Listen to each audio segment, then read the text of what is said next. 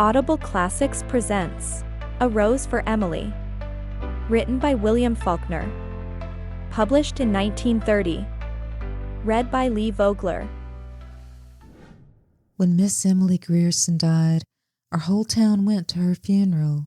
The men threw a sort of respectful affection for a fallen monument, the women mostly out of curiosity to see the inside of her house, which no one save an old manservant, a combined gardener and cook, had seen in the last 10 years. It was a big, squarish frame house that had once been white, decorated with cupolas and spires and scrolled balconies in the heavily lightsome style of the 70s, set on what had once been our most select street. But garages and cotton gins had encroached and obliterated even the most august names of that neighborhood. Only Miss Emily's house was left, lifting its stubborn and coquettish decay above the cotton wagons and gasoline pumps, an eyesore among eyesores. And now Miss Emily had gone to join the representatives of those august names, where they lay in the cedar bemused cemetery among the rankled and anonymous graves of Union and Confederate soldiers who fell at the Battle of Jefferson. Alive, Miss Emily had been a tradition, a duty, and a care, a sort of hereditary obligation upon the town, dating from that day in 1891 when Colonel Sartoris, the mayor who fathered the edict that no Negro woman should appear on the streets without an apron, remitted her taxes, the dispensation dating from the death of her father on into perpetuity. Not that Miss Emily would have accepted charity. Colonel Sartoris invented an involved tale to the effect that Emily's father had loaned money to the town, which the town, as a matter of business, preferred this way of repaying. Only a man of Colonel Sartoris' generation and thought could have invented it, and only a woman could have believed it. When the next generation, with its more modern ideas, became mayors and aldermen, this arrangement created some little dissatisfaction. On the first of the year they mailed her a tax notice. February came, and there was no reply. They wrote her a formal letter, asking her to call the sheriff's office at her convenience. A week later, the mayor wrote her himself, offering to call or to send his car for her, and received in reply a note on paper of archaic shape, in a thin, flowing calligraphy and faded ink, to the effect that she no longer went out at all. The tax notice was enclosed without comment. They called a special meeting of the Board of Aldermen. A deputation waited upon her, knocked at the door through which no visitor had passed since she ceased giving china painting lessons 8 or 10 years earlier. They were admitted by the old Negro into a dim hall, which from a staircase mounted into still more shadow. It smelled of dust and disuse, a close, dank smell. The Negro led them into the parlor. It was furnished in heavy, leather-covered furniture. When the Negro opened the blinds of one window, they could see that the leather was cracked, and when they sat down, a faint dust rose sluggishly about their thighs, spinning with slow motes in the single sunray. On a tarnished gilt easel before the fireplace stood a crayon portrait of Miss Emily's father. They rose when she entered, a small, fat woman in black with a thin gold chain descending to her waist and vanishing into her belt, leaning on an ebony cane with a tarnished gold head. Her skeleton was small and spare. Perhaps that is why what would have been merely plumpness in another was obesity in her. She looked bloated, like a body long submerged in motionless water, and of that pallid hue. Her eyes, lost in the fatty ridges of her face, looked like 2 small pieces of coal pressed into a lump of dough as they moved from one face to the other while the visitors stated their errand. She did not ask them to sit. She just stood in the door and listened quietly until the spokesman came to a stumbling halt.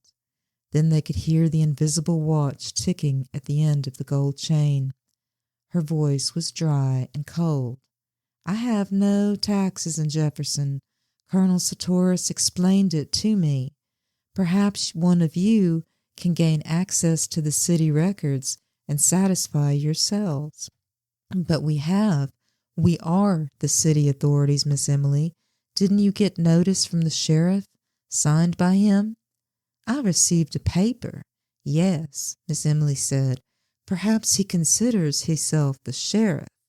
I have no taxes in Jefferson. But there's nothing on the books to show that, you see. We must go by the see Colonel Sartoris. I have no taxes in Jefferson. But Miss Emily, see Colonel Sartoris. Colonel Sartoris had been dead almost 10 years. I have no taxes in Jefferson. Toby, the Negro appeared, show these gentlemen out. So she vanquished them, horse and foot, just as she had vanquished their fathers 30 years before about the smell. That was 2 years after her father's death, and a short time after her sweetheart, the one we believe would marry her, had deserted her. After her father's death she went out very little. After her sweetheart went away, people hardly saw her at all. A few of the ladies had the temerity to call, but were not received, and the only sign of life about the place was the Negro man, a young man then, going in and out with the market basket. Just as if any man could keep a kitchen properly, the ladies said, so they were not surprised when the smell developed. It was another link between the gross, teeming world and the high, mighty Griersons. A neighbor, a woman, complained to the mayor, Judge Stevens, 80 years old.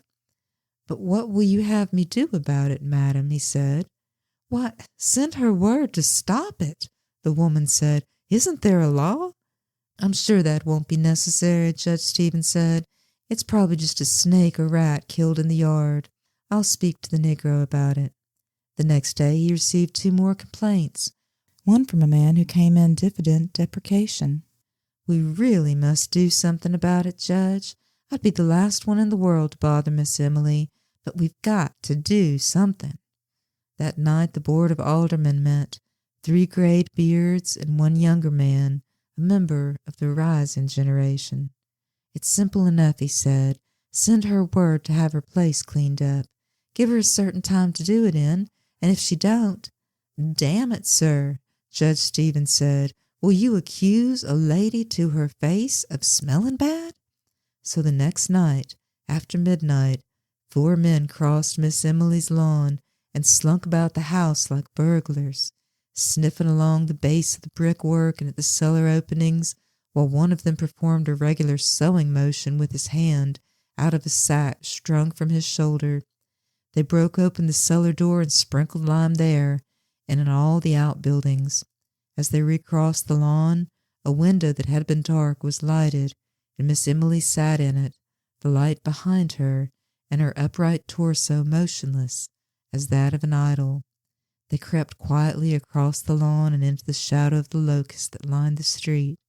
After a week or 2, the smell went away. That was when the people had really begun to feel sorry for her. People in our town, remembering how old Lady Wyatt, her great-aunt, had gone completely crazy at last, believed that the Griersons held themselves a little too high for what they really were. None of the young men were quite good enough for Miss Emily and such. We had long thought of it as a tableau. Miss Emily a slender figure in white in the background, her father a spraddled silhouette in the foreground, his back to her and clutching a horsewhip, the 2 of them framed by the back-flung front door. So when she got to be 30 and was still single, we were not pleased exactly, but vindicated. Even with insanity in the family, she wouldn't have turned down all of her chances if they had really materialized. When her father died, it got about that the house was all that was left to her, and in a way people were glad. At last they could pity Miss Emily. Being alone and a pauper, she had become humanized. Now she too would know the old thrill and the old despair of a penny more or less. The day after his death all the ladies prepared to call at the house and offer condolences and aid, as is our custom. Miss Emily met them at the door, dressed as usual, and no trace of grief on her face. She told them that her father was not dead. She did that for 3 days, with the ministers calling on her and the doctors, trying to persuade her to let them dispose of the body. Just as they were about to resort to law and force, she broke down, and they buried her father quickly. We did not say she was crazy then. We believed she had to do that. We remembered all the young men her father had driven away, and we knew with nothing left, she would have to cling to that which had robbed her, as people will. She was sick for a long time. When we saw her again, her hair was cut short, making her look like a girl, with a vague resemblance to those angels in colored church windows, sort of tragic and serene. The town had just let the contracts for paving the sidewalks, and in the summer after her father's death they began the work. The construction company came, and mules and machinery, and a foreman named Homer Barron, a Yankee, big dark ruddy man with a big voice and eyes lighter than his face. The little boys would follow in groups to hear him cuss, and Negroes singing in time to the rise and fall of picks. Pretty soon he knew everybody in the town. Whenever you heard a lot of laughing anywhere about the square, Homer Barron would be in the center of the group. Presently we began to see him and Miss Emily on Sunday afternoons, driving in the yellow-wheeled buggy and the matched team of bays from the livery stable. At first we were glad that Miss Emily would have an interest, because the ladies all said, of course Grierson would not think seriously of a northerner, a day laborer. But there were still others, older people, who said that even grief could not cause a real lady to forget noblesse oblige without calling it noblesse oblige. They just said, poor Emily, her kinsfolk should come to her. She had some kin in Alabama, but years ago her father had fallen out with them over the estate of the old lady Wyatt, the crazy woman, and there was no communication between the two families. They had not even been represented at the funeral. And as soon as the old people said, poor Emily, the whispering began. Do you suppose it's really so? They said to one another. Of course it is. What else could? This behind their hands. Rustling of cranes, silk and satin behind jalousies closed upon the sun of Sunday afternoon as the thin, swift clip-clop of the match team passed. Poor Emily! She carried her head high enough, even when we believed that she was fallen. It was as if she demanded more than ever the recognition of her dignity as the last Grierson, as if it had wanted that touch of earthiness to her imperviousness. Like when she brought the rat poison, arsenic.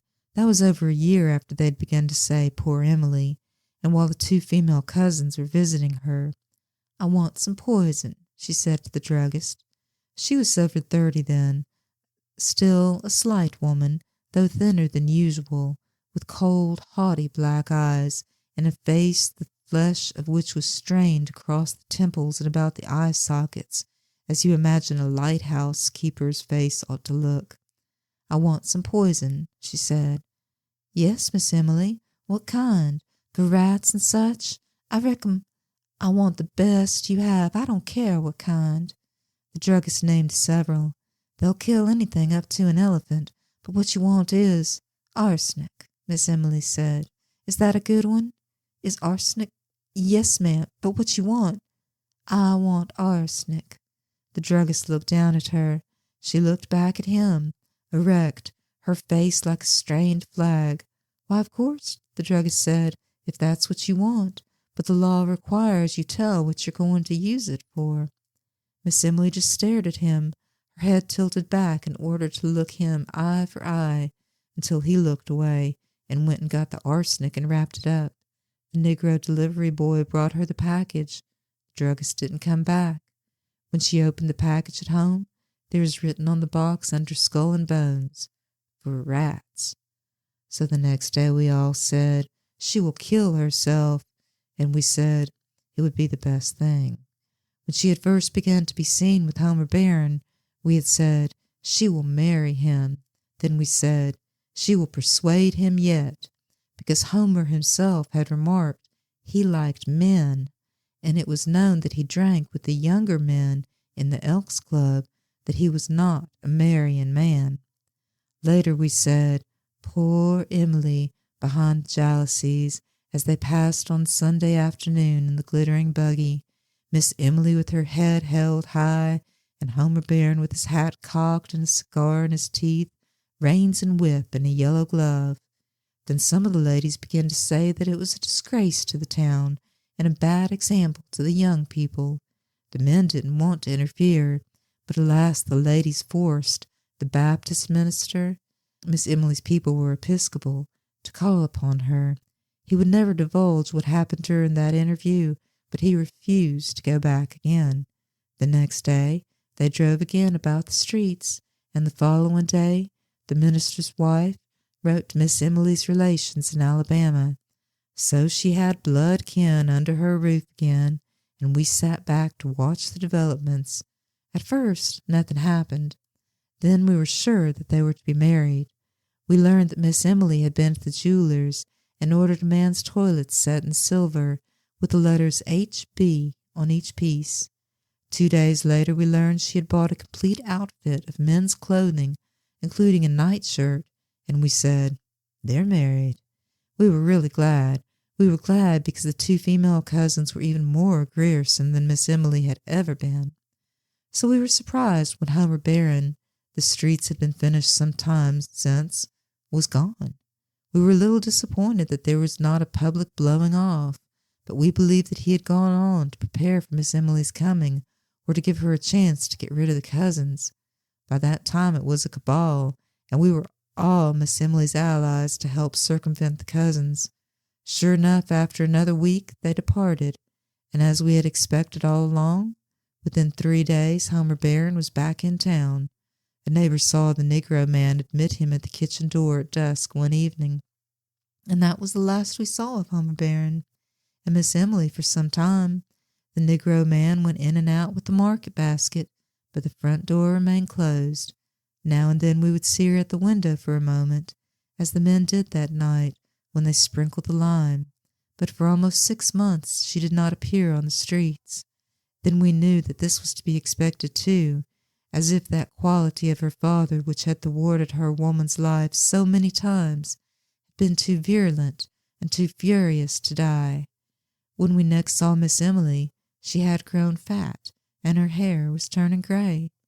During the next few years, it grew grayer and grayer until it attained an even pepper and salt iron gray when it ceased turning.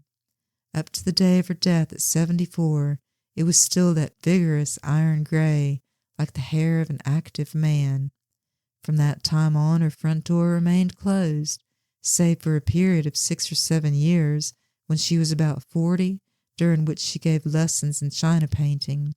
She fitted up a studio in one of the downstairs rooms, where the daughters and granddaughters of Colonel Sartor's contemporaries were sent to her with the same regularity and in the same spirit that they were sent to church on Sundays with the 25-cent piece for the collection plate.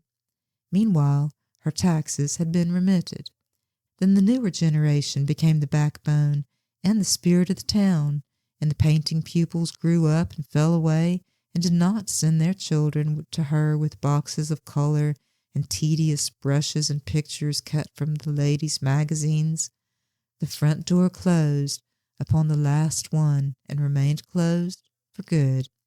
When the town got free postal delivery, Miss Emily alone refused to let them fasten the metal numbers above her door and attach a mailbox to it. She would not listen to them. Daily, monthly, yearly, we watched the Negro grow grayer and more stooped, going in and out with the market basket. Each December, we sent her a tax notice, which would be returned by post office a week later, unclaimed. Now and then we would see her in one of the downstairs windows. She had evidently shut up the top floor of the house, like the carven torso of an idol. Looking or not looking at us, we could never tell which. Thus she passed from generation to generation, dear, inescapable, impervious, tranquil, and perverse, and so she died. fell in the house with dust and shadows, with only a doddering Negro man to wait on her. We did not even know she was sick. We had long since given up trying to get any information from the Negro. He talked to no one, probably not even to her, for his voice had grown harsh and rusty, as if from disuse. She died in one of the downstairs rooms, in a heavy walnut bed with a curtain, her gray head propped on a pillow, yellow and mouldy with age and lack of sunlight. The Negro met the first of the ladies at the front door and let them in, with their hushed, sibilant voices and their quick, curious glances, then disappeared. He walked right through the house and out the back, and was not seen again. The two female cousins came at once. They held the funeral on the second day, with the town coming to look at Miss Emily beneath a mass of bought flowers, with the crayon face of her father musing profoundly above the bier, and the ladies sibilant and macabre, and the very old men, some in their brushed Confederate uniforms, on the porch and the lawn, talking of Miss Emily as if she had been a contemporary of theirs, believing that they had danced with her and courted her perhaps, confusing time with its mathematical progression as the old do, to whom all the past is not a diminishing road, but instead a huge meadow which no winter ever quite touches, divided from them now by the narrow bottleneck of the most recent decade of years. Already we knew that there was one room in the region above the stairs which no one had seen in 40 years, and which would have to be forced. They waited until Miss Emily was decently in the ground before they opened it. The violence of breaking down the door seemed to fill this room with pervading dust, a thin, acrid pall, as the tomb seemed to lie everywhere upon this room, decked and furnished as for a bridal, upon the valance curtains of faded rose color, upon the rose-shaded lights, upon the dressing table, upon the delicate array of crystal and the man's toilet things, backed with tarnished silver, silver so tarnished that the monogram was obscured. Among them lay a collar and tie, as if they had just been removed, which, lifted, left upon the surface a pale crescent in the dust. Upon a chair hung the suit, carefully folded. Beneath it the two mute shoes and discarded socks. The man himself lay in the bed. For a long while we just stood there, looking down at the profound and fleshless grin. The body had apparently once lain in the attitude of an embrace, but now the long sleep that outlasts love, that conquers even the grimace of love, had cuckolded him. What was left of him rotted beneath what was left of the nightshirt, had become inextricable from the bed in which he lay, and upon him and upon the pillows beside him lay that even coating of the patient and biting dust. Then we noticed that in the second pillow was the indentation of a head. One of us lifted something from it, and leaving forward that faint, invisible dust, dry and acrid in the nostrils, we saw a long strand of iron gray hair. End of A Rose for Emily. This has been an Audible Classics presentation. Be sure to give a thumbs up and subscribe to our channel if you enjoyed this content.